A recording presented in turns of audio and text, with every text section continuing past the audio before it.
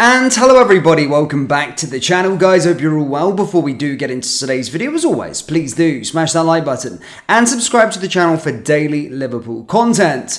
Guys, it's actually been a pretty busy day in the Liverpool space today. Yes, I know, this summer has been so freaking quiet, but today we actually have a bit of transfer news for you. As you can read there in the title, Fabrizio Romano has confirmed that we are very close to agreeing a transfer incoming. Yes, not an outgoing, no contracts, it's a transfer incoming. We'll of course dive deep into that a bit later on. We've also rejected an official offer for one of our players as well, whilst we're also close to hiring some more coaches. So yeah, as stated guys, a very action-packed day, but let's get straight into the nitty-gritty. And who did Liverpool reject an offer from? Yes, Phillips has attracted a bid from Turkish side Trabzonspor, but Liverpool rejected their opening offer, and they will need to make the defender their record signing if they really do want him. As reported on Sunday, there was a concrete possibility that the centre-back could be making a move to Turkey as Trabzonspor entered negotiations with Liverpool. The Turkish side have tabled a bid of £4 million,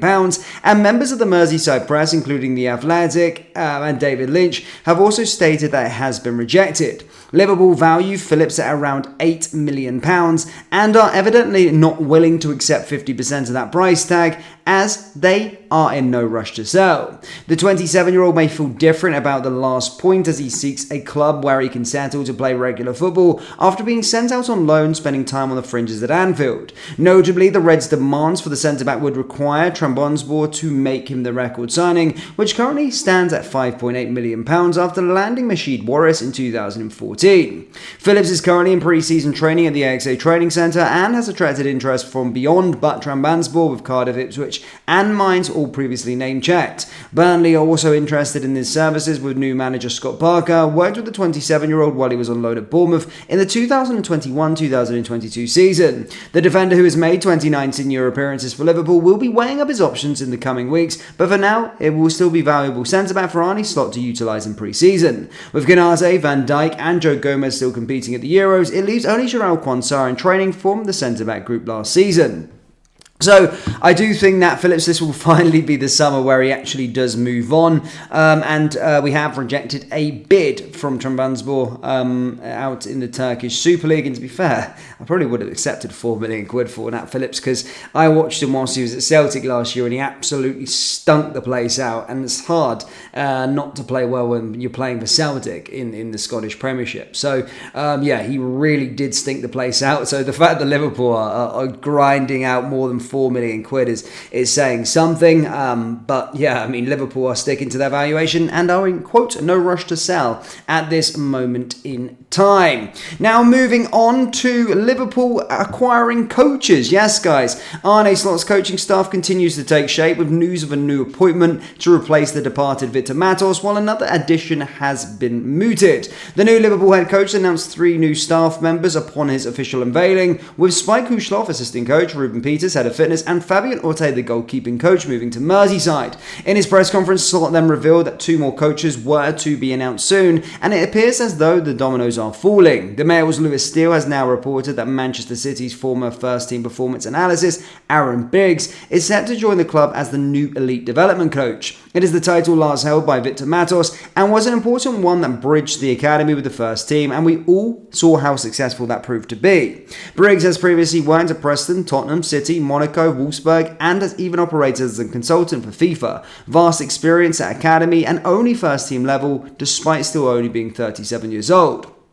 James Pearce wrote for The Athletic that Briggs has been pursued by a number of Premier League clubs this summer. His appointment had been led by Sporting Director Richard Hughes and FSG's CEO of football, Michael Edwards. It is welcome news that Matos has been directly replaced as a nod to the new management's intentions to continue the same pathway for youngsters. As for the prospects for another first-team coach, former Everton defender Johnny Hitanga is said to be one of the number of candidates under consideration. Hitanga played 140 times for Everton and most recently worked at West Ham United with David Moyes until this summer. He also took the reins at Ajax at the end of the 2022-2023 season, stepping up from their academy setup. Hedenga all confirmed the talk, saying, "All I can say now is that I have been approached and my agent Rob Jansen and I are in conversation. The search for a new set piece is still ongoing, but the positive updates at Liverpool's address the vast vacancies that were left this summer." So another two coaches set to be appointed there. So yeah, very, very interesting indeed. The whole band is coming together, if you like. Now, moving on to what Fabrizio Romano has said, guys. And yes, we have agreed pretty much a record-breaking deal for its sort of level and what we were on about. But let's get into the details. Liverpool are reportedly set to break their youth wage structure to sign a 15-year-old winger from Chelsea who has been likened to Jamal Musiala. The Reds Academy enforces a thorough set of rules for his academy players, starting with a maximum wage of £50,000 per year for a youth player. These are also rules limiting the engine size, 1.3 litre vehicle and so-called car clause. We have a pay structure which is fairly old-fashioned. Academy head Alex Inglefoot previously explained, "We give them jobs to do, them to hand their phone over at 8:30 a.m. and give them back before they go home." However, according to journalist Fabrizio Romano, the Reds are now prepared to break the structure in order to acquire England under-16 winger Rio Nguma.